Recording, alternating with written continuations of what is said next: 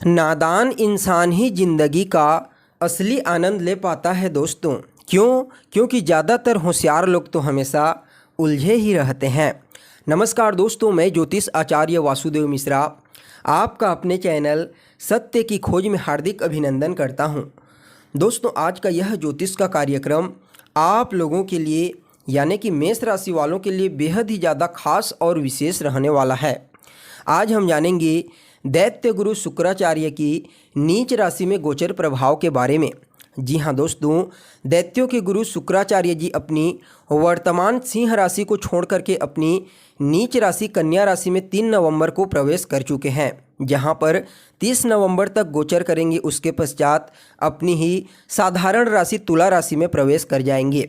तो ऐसे में शुक्र महाराज अपनी नीच राशि में कन्या राशि में गोचर करते हुए आपको आने वाले लगभग 25 से 30 दिनों तक किस प्रकार से प्रभावित करेंगे, शुक्रदेव के इस गोचर काल को बेहतर बनाने के लिए आपको कौन सा उपाय करना चाहिए, हर एक जानकारी आपको बड़े विस्तार के साथ बताएंगे।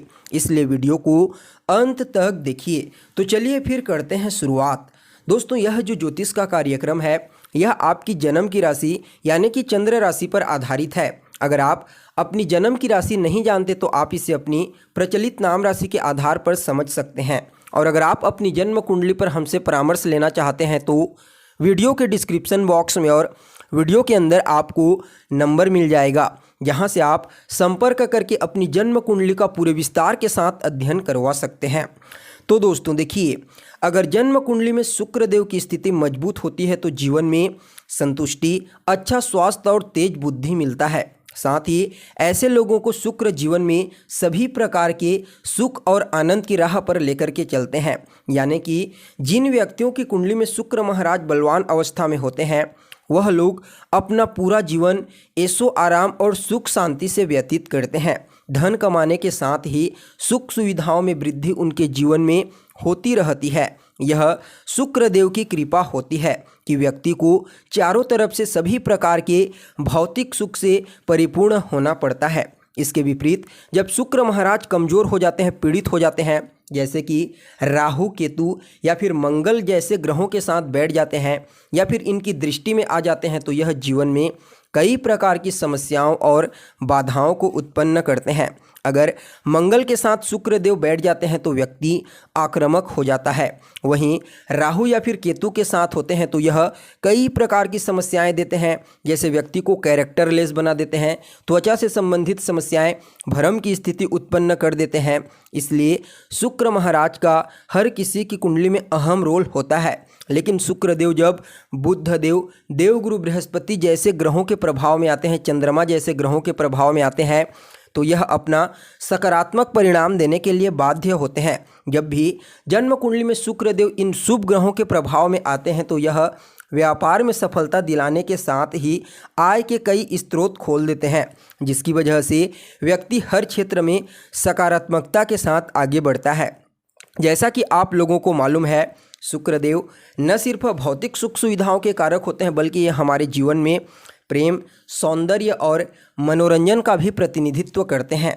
ऐसे में शुक्रदेव की स्थिति का हर किसी की कुंडली में बलवान होना बेहद ही आवश्यक माना जाता है, क्योंकि शुक्रदेव की कुंडली में दुर्बलता न सिर्फ व्यक्ति के जीवन को अंधकार में डाल देता है बल्कि वह व्यक्ति किसी भी क्षेत्र में सफलता हासिल नहीं कर सकता।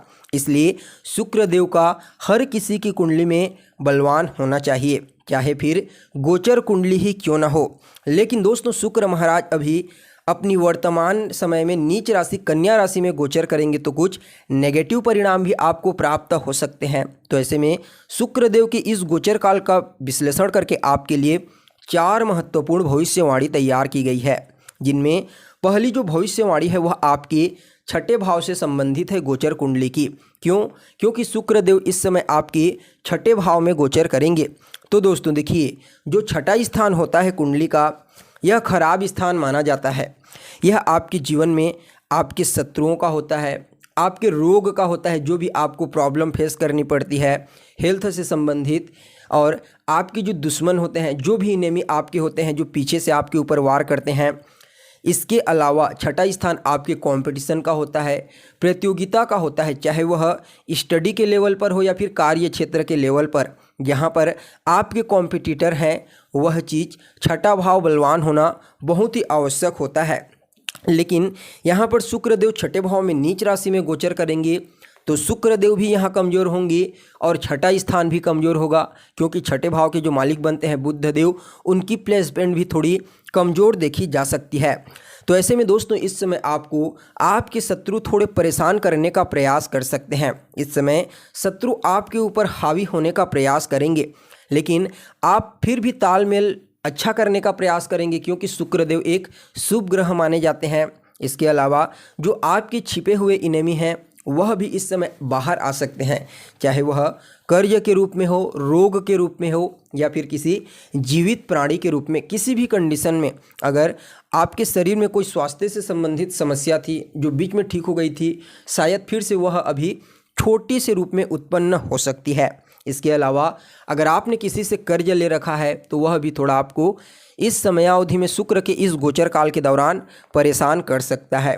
इसलिए इस समय आपको थोड़ा सा अपने आप पर नियंत्रण रखने की आवश्यकता है। तो वहीं दोस्तों आपके कॉम्पिटिटर भी, जो आपके कार्य क्षेत्र में आपके प्रतिद्वंदी हैं, वह भी आपके ऊपर हावी होने का प्रयास कर सकते हैं, चाहे प्रॉफिट को लेकर के ही क्यों ना हो। इसके अलावा जो विद्यार्थी हैं इस राशि के, मेष राशि के, उन लोगों को भी शुक्र के इस गोचर काल के दौरान किसी भी प्रकार की कोई प्रतियोगी परीक्षा, कोई भी कंपटीशन एग्ज़ाम है तो उसमें थोड़ा ज़्यादा ही हार्ड वर्क करने की सलाह दी जाती है, अन्यथा आपको पॉजिटिव रिजल्ट की प्राप्ति नहीं होगी। क्योंकि यहाँ पर न सिर्फ शुक्रदेव कमज़ोर हैं बल्कि बुध की प्लेसमेंट भी इस समय खराब देखी जा रही है। इसलिए थोड़ा सा आपको ध्यान देने की आवश्यकता है अगर आप मेष राशि के विद्यार्थी हैं तो वहीं दोस्तों छठा स्थान रिश्तों में आपके मामा पक्ष का प्रतिनिधित्व करता है। तो ऐसे में मामा के साथ भी कोई छोटी मोटी कहासुनी हो सकती है, तालमेल थोड़ा सा कमज़ोर होता हुआ नज़र आ रहा है। तो वहीं आपके लिए जो दूसरी भविष्यवाणी है वह आपके 12वें भाव से संबंधित है, क्योंकि शुक्रदेव छठे भाव में गोचर करते हुए अपनी सप्तम दृष्टि से आपके 12वें भाव को दृष्टिगोचर करेंगे। तो देखिए 12वां स्थान किस चीज़ का होता है, तो 12वां स्थान होता है सभी चीज़ों की मुक्ति का।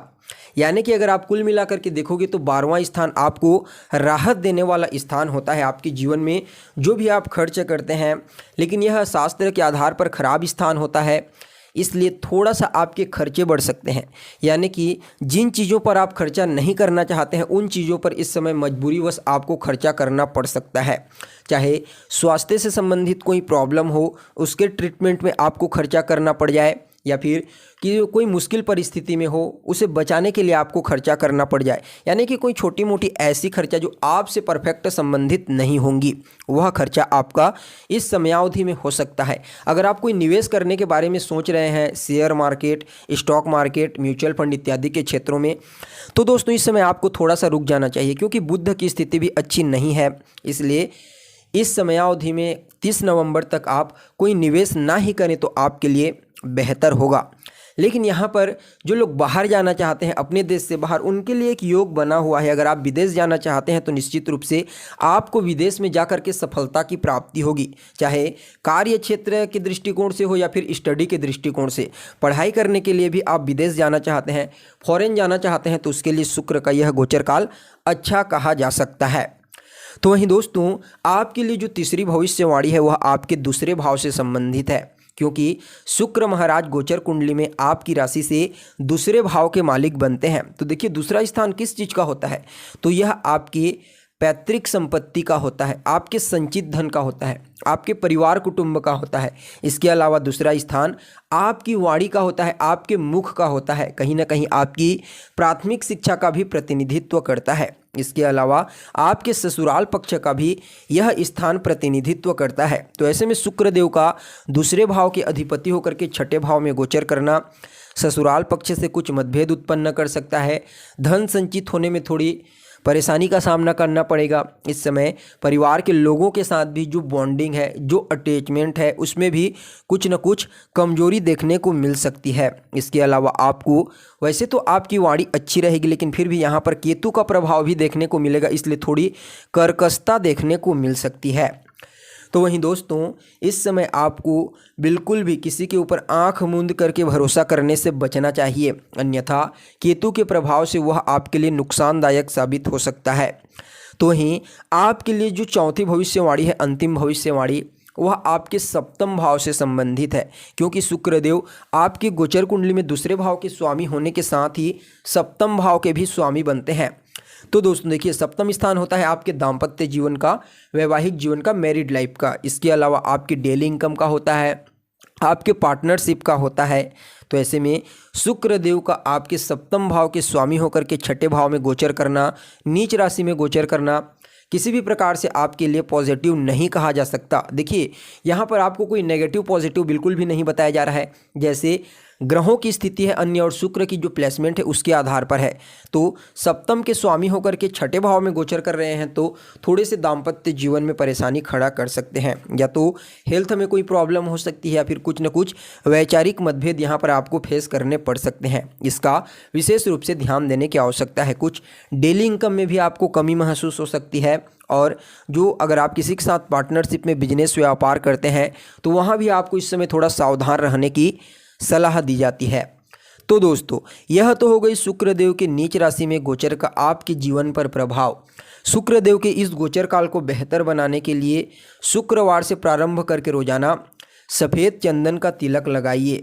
ओम सुम शुक्राय नमः इस मंत्र का 108 बार रोजाना जाप करें। आपके लिए काफ़ी हद तक यह गोचर काल अच्छा रहेगा। तो दोस्तों, कैसी लगी आपको जानकारी, कमेंट कीजिए, लाइक कीजिए और बने रहिएगा हमारे साथ। फिर मिलते हैं एक नए और ताज़ा एपिसोड में। तब तक के लिए नमस्कार।